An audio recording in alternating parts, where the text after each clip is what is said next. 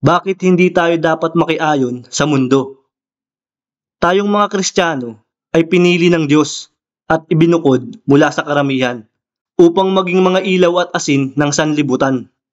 Ang sanlibutan kasing ito ay punong-puno ng kasamaan, pagdurusa at kawalang pag-asa dahil si Satanas ang Diyos ng sanlibutang ito at binulag niya ang mga tao upang sila ay mapahamak sa impyerno.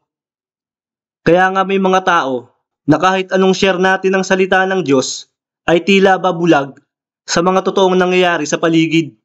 Kaya kung ano ang mga tradisyong nakasanayan o kung ano ang ginagawa ng karamihan, sila ay makikigaya na lamang.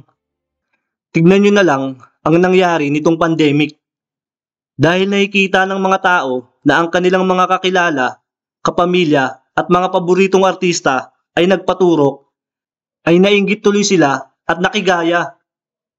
Mga kapatid, huwag po kayong basta-basta maniniwala sa anumang narrative ng mainstream media. Dahil ang lahat ng malalaking kaganapan sa mundo ay planado at stage ng mga Illuminati noon pa.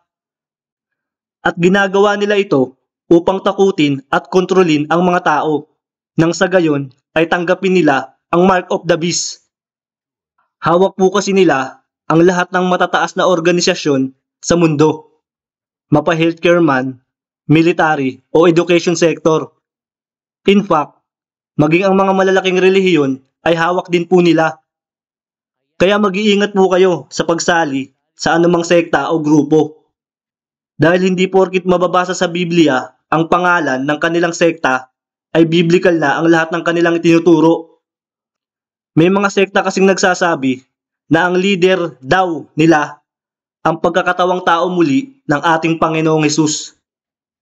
Meron din namang nagsasabi na ang founder daw nila ang anghel o huling sugo ng Diyos at tanging iglesia lamang daw nila ang maliligtas.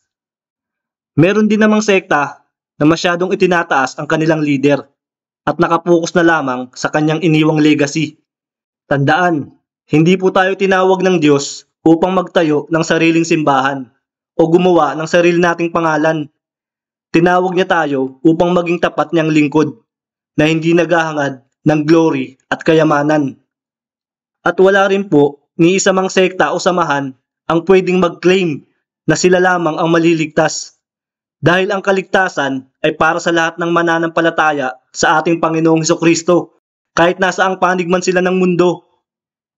Isipin mo na lang, kung totoong may isang sekta lamang talaga na maliligtas, paano na yung mga Kristiyanong yumauna at hindi naabutan ang pagkakatatag ng sektang iyon? Ibig sabihin, hindi sila ligtas? So, always use discernment po mga kapatid, dahil ang dami na pong bulaan ngayon na ginagamit lang ang salita ng Diyos para makapanloko at yumaman. Wala silang takot sa Diyos at kahit nga gift of healing ay pepekiin nila sa pamamagitan ng pagkokontsaba sa mga tao upang magpanggap na sila ay may sakit at bigla na lang gagaling sa harap ng maraming tao. Kahit nga ang speaking in tongues ay sinusubukan din nilang pekiin. Sige mo. Te vrema on på brödvärdsdisk sinemahan tetke. En und et genyandos dog sisik på kukla namen vremen esto.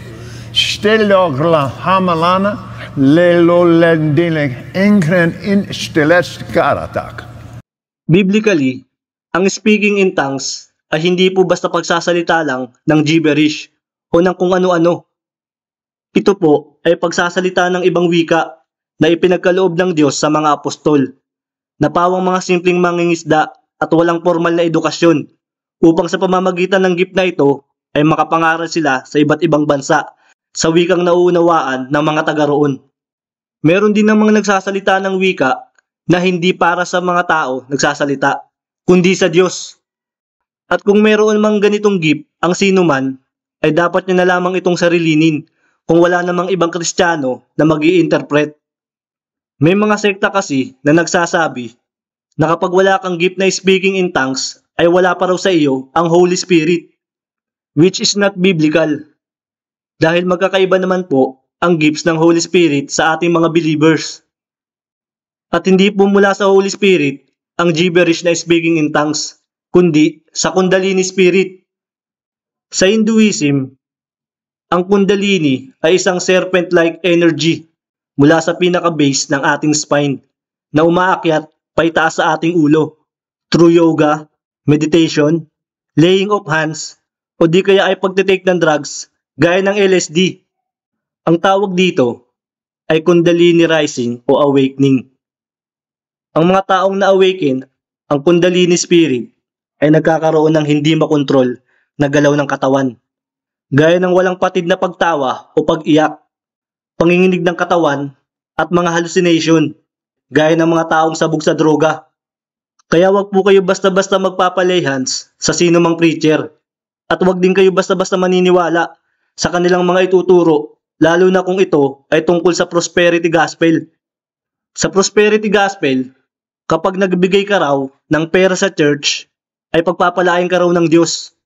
At the more na malaki ang perang ibibigay mo, ay the more na malaking blessing din daw ang matatanggap mo. Actually, ang ganitong preaching ang main reason kung bakit maraming tao ang umaalis sa church o ayaw nang mag-church dahil ang tingin nila sa church ay pera-pera lang. Huwag din po kayo basta-basta maniniwala sa mga nagsasabing sila raw ay apostol, propeta o anointed ng Diyos na kayang magpagaling, mag-cast out ng demons o mag-speaking in tongues. Dahil noon pa man ay napakarami na pong namemeke ng mga ganito para utuin at perahan ang mga tao. Sa totoo lang, kahit sinong may masamang hangarin ay pwedeng mag-claim na siya ay apostol, propeta o anointed ng Diyos dahil madali lang naman ipangaral ang salita ng Diyos sa ibang tao. Pero kung i-apply na nila ito sa kanilang mga sarili ay hindi nila kayang gawin. Kaya kung ako sa inyo, ay kilalanin niyo munang maigi ang isang preacher o ministry bago kayo mag-donate ng pera o sumali. Nang sa gayon ay hindi kayo magsisisauli. Kung kailangan po ninyo ng kagalingan, ay sa Panginoong Hesus po kayo mismo lumapit. Dahil kung taos puso niyo po itong hihilingin at kayo ay totoong nagsisisi sa inyong mga kasalanan, ay pagagalingin po kayo ng Diyos directly. Ang ibang tao kasi ay niloob talaga ng Diyos na magkasakit upang ibaba sila o di kaya ay mapagbayaran nila ang kanilang mga kasalanan. Kaya kahit ipag-pray sila ng sino mang preacher ay hindi talaga sila gagaling kung hindi ito ang kalooban ng Diyos. Tandaan, sa araw ng paghuhukom ay maraming tatawag sa Diyos ng Panginoon, Panginoon, pero hindi pa rin sila makakapasok sa kaharian ng langit. Kahit pa nangaral sila, nagpalayas ng demonyo at gumawa ng mga himala. Kaya tigilan niyo na po ang paghahanap ng propeta o paghingi ng himala bago maniwala sa Diyos. At tigilan niyo na rin po ang paghahanap ng totoong church o religion. Dahil ang katawan na po natin mismo, ang church o templo ng Diyos. At ang tanging relihiyon na dalisay at walang dungi sa harap ng ating Diyos Ama ay ito. Ang pagtulong sa mga ulila at sa mga biyuda ng kanilang kahirapan at ang pag-iingat sa sarili upang wag mahawa sa kasamaan ng mundong ito. Sa makatuwid, tayong mga Christian ay dapat mamuhay ng may kabanalan at pag-iwas sa kasalanan.